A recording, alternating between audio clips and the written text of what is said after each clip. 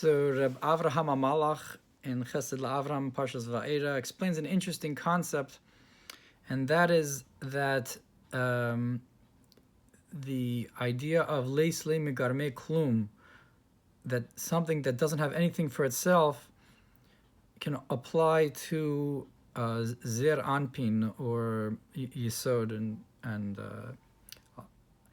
usually this is an idea that's only applied to malchus. This is meforish in the Zohar, that malchus leis le megarme klum, that just like the moon doesn't have any light of its own, it gets the light of the sun, and usually the sun that gives it the light is zer anpin. But here, and as we explain Zahir, or the idea of the Tzadik in particular, we'll see that he explains it for Zah as well. And this is how he does it.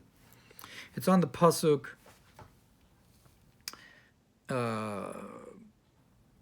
he brings the Pasuk, Ki lo yasa havai elukim davar, kim gilasodo el avadav hanevi'im, that Hashem will not do anything unless he first reveals it to his servants, the prophets, meaning the tzaddikim. That first, anything that comes into this world has to first go through a hamshacha into this world, a flow, and that's the concept of tzaddik. A tzaddik is the flow into this world. That's the vav, like we'll see. Shehu b'madregos ayin shemachnia kol havav midos l'Hashem mizbarach. That why is the tzaddik able to bring in divine flow into this world? It's because they are the ones who overcome their 6 emotions, and therefore they are in a state of ayin, of nothing, and they are a receptacle to draw down divine light.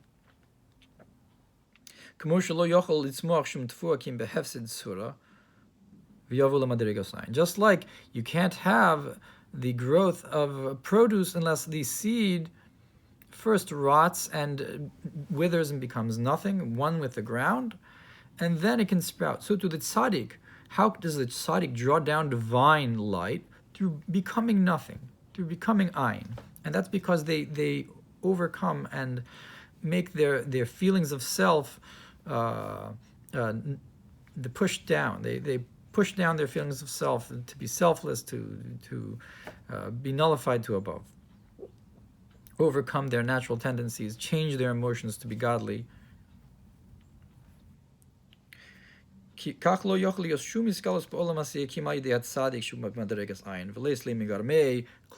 the lashon that he uses on them, that the tzaddik, the vav, which is the midos, which we usually correspond with the zeir anpin, that the midos themselves need to be bibechinas ayin in order to bring down a hamshacha.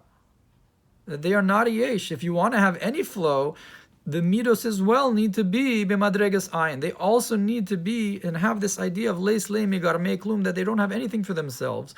They're only there as a conduit to bring down. V'nikra vav shenu rak hamshacha. That through this comes the revelation in the world of action.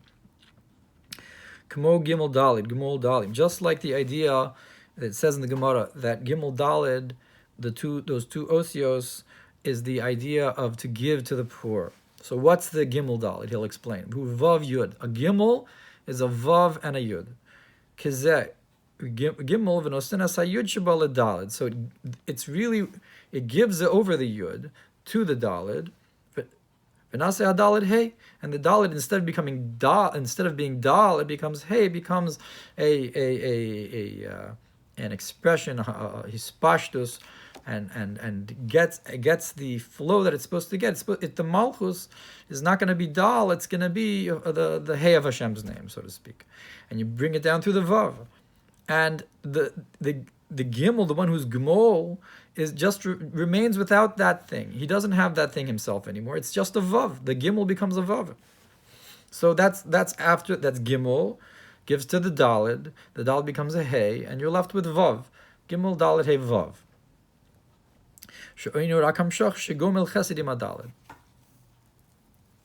So that's the idea of the vav doesn't have anything for itself. Its whole point is to give over, just like we usually say by Malchus, that Malchus doesn't have anything itself. Its only idea is to give to others. And that's the idea of selflessness.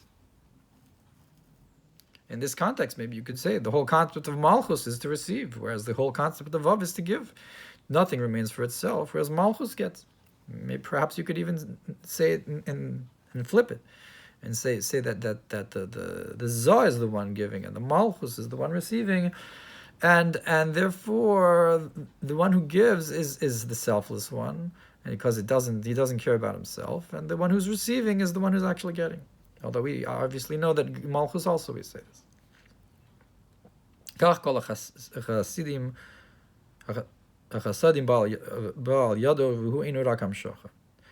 all the kindnesses come through him, and he's only the flow. Therefore, the flow comes through the combination of letters of the Tzadik. The prayers of Tzadikim as well are connected to this idea that that the combinations of letters of flow come as nevuah to that tzaddikim first, as it comes or before it comes to the rest of the world. And this is all later he explains this idea about Moshe.